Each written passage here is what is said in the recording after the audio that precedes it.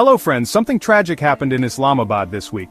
A 17-year-old TikToker named Sana Yousaf, someone with a growing voice, hundreds of thousands of followers, and dreams still unfolding, was shot and killed in her own home.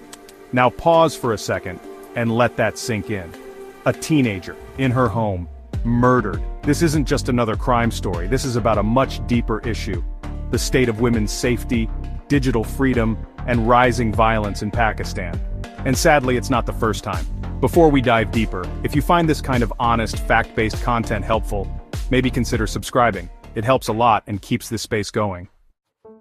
So here's what happened. According to police reports, Sana was shot on Monday at her residence in Islamabad. The accused, who has now been arrested, is reportedly someone known to her family.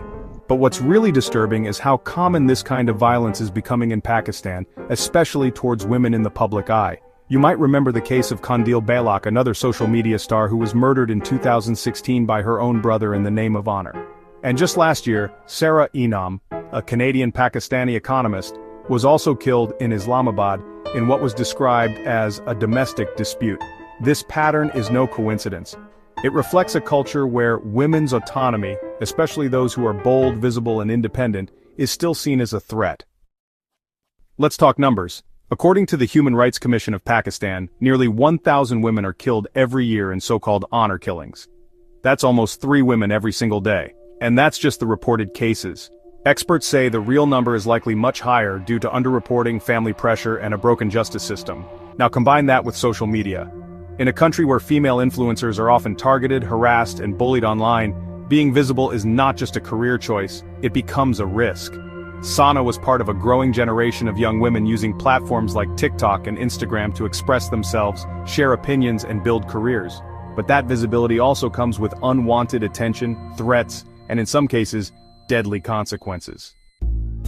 And here's the thing. It's not just about one murderer. This is about a system that lets these crimes happen again and again. According to a 2023 report by the Digital Rights Foundation, 93% of women journalists and influencers in Pakistan say they've faced online abuse. Many say the abuse escalates offline, and even when they file complaints, the police rarely take them seriously.